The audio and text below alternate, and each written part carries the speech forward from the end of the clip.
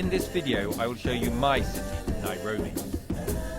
Kenya was once home to my great-grandfather, one of the earliest white farmers to settle in this rich and fertile land. Today, more than 100 years later, it is my home as the FT's East Africa correspondent. Come with me on a journey to discover Nairobi and beyond, as I retrace my family's connection with this vibrant and welcoming country.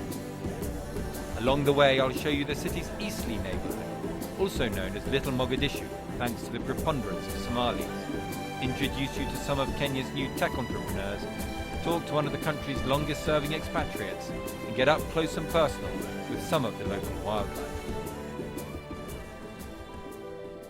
My story starts with this man, Edward Powys Cobb, my great-grandfather who travelled more than 2,000 miles from South Africa to Kenya after fighting in the Boer War that ended in 1902.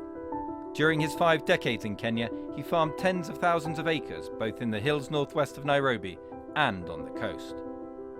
But I have no record of exactly where he lived, and much of his life is an incomplete jigsaw. Part of the attraction of moving to Kenya for me was to be able to research his life and put the pieces together. Powys Cobb's wife, son and daughter, my grandmother, migrated from England to join him in 1909. They stayed less than 7 years though, turning to Britain during the First World War, while my great-grandfather lived in Kenya until the early 1950s. Our first stop on the way from Nairobi to trace my family's life is the sleepy town of Molo. This is Molo Station, about 3.5 hours drive northwest of Nairobi. It's where my grandmother first alighted from the train when she arrived in Africa in 1909.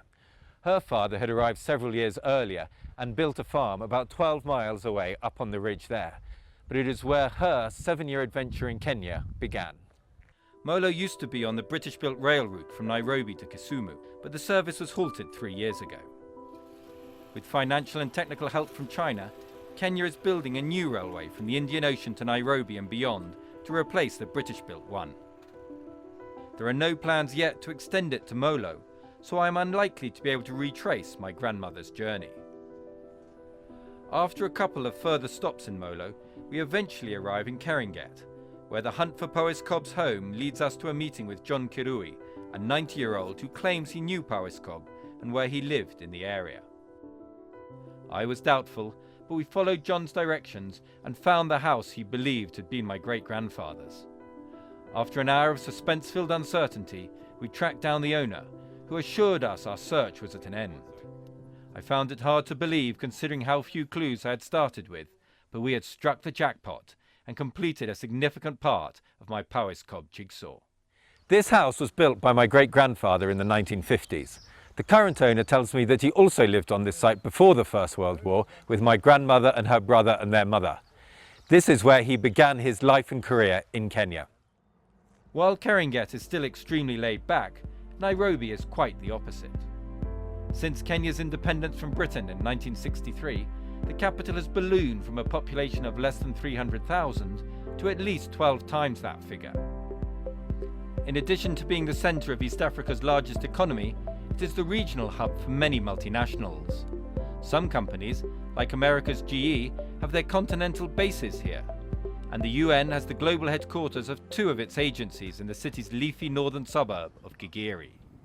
But alongside the gleaming offices and burgeoning restaurant scene are myriad problems, from creaking infrastructure and rampant government corruption to high crime rates, the city is sometimes called Nairobi, and the threat of terrorism from Al-Shabaab.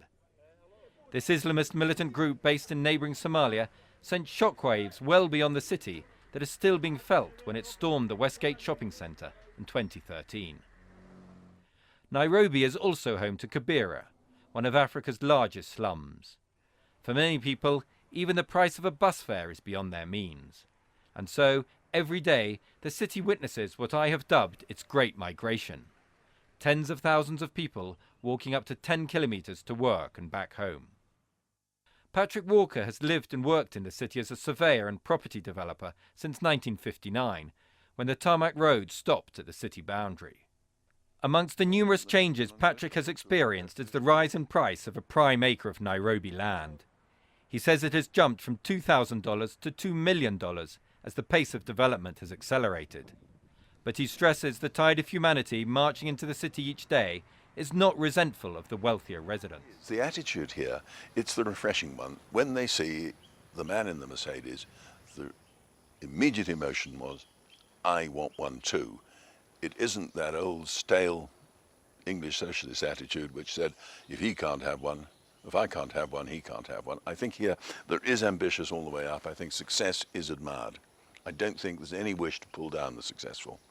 They just want to join them. And I think that is the definition of an entrepreneurial society, isn't it? Nowhere is this energy more tangible than in the booming tech sector. I learned this within a day of moving here when I was introduced to M-Pesa, the world-leading mobile money platform developed 8 years ago by Kenya's biggest telco and largest listed company, Safaricom. Among those who've helped Nairobi earn the nickname Silicon Savannah is Juliana Rotich, one of the entrepreneurs behind iHub, a centre on the Ngong Road where techies can brainstorm and develop their ideas. More than 150 companies began life here. One is Brick. It develops connectivity solutions for remote communities and has just raised $3 million in a funding round.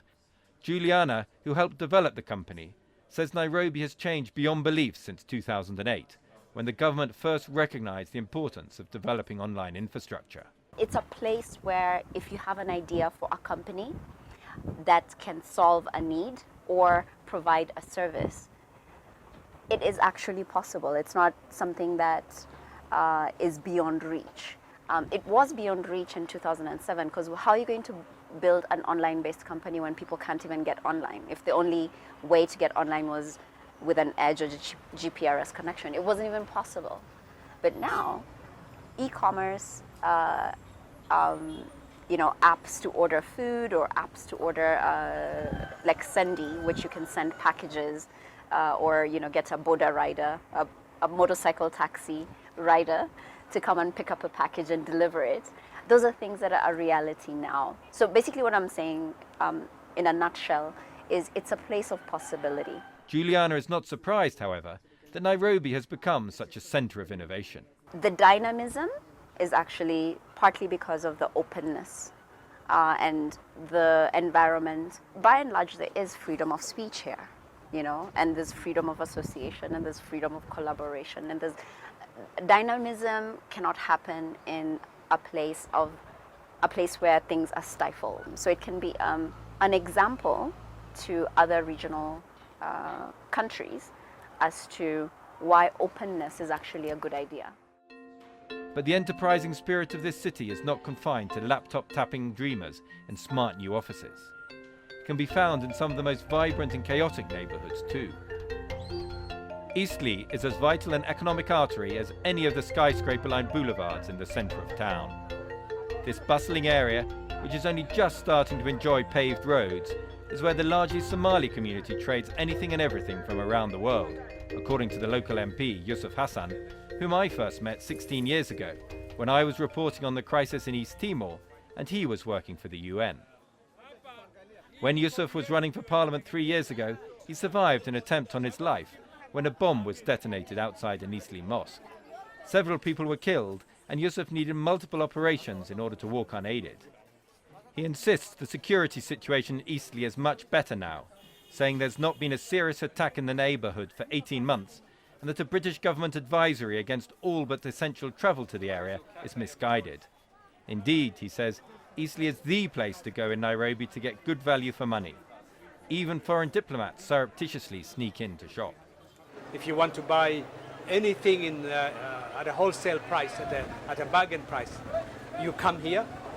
You have the electronic shops, you have the clothing shops, you have the food shops, you have the wholesale rice, flour shops. So you don't need to go anywhere else. You can get everything you want here within those square kilometers, 2 square kilometers. And every businessman, whether you are in the telecoms, if you're a Safaricom or Airtel, you want to be here. If you want to try a new product and test it on new customers, this is the place to bring it. This is the place where people come with their money to find value. And Eastleigh provide the best value in terms of customer as well as in terms of investment. The city is not all hustle and bustle. Part of its attraction is the 30,000-acre national park that lies on its southern edge. With just an electric fence separating residents from marauding lions, cheetahs, and 400 other species, it is a magical place to spend an early morning. No other capital in the world enjoys the luxury of having a national park within the city limits. And despite the pressures on Nairobi, such as infrastructure needs, growing population, and corruption, it appears that the future of the national park is safe. So hopefully, even my great-grandchildren will be able to enjoy it if they come here in another century. How many skyscrapers the rhinos in Nairobi National Park will see rise on the horizon in the next decade is anyone's guess. If the last 10 years are anything to go by, there are bound to be as many bumps on the city's development road as there are on its streets. But the residents' optimism is infectious, and so as long as the governance and security issues can be resolved, there are plenty of reasons to be positive about my city's future.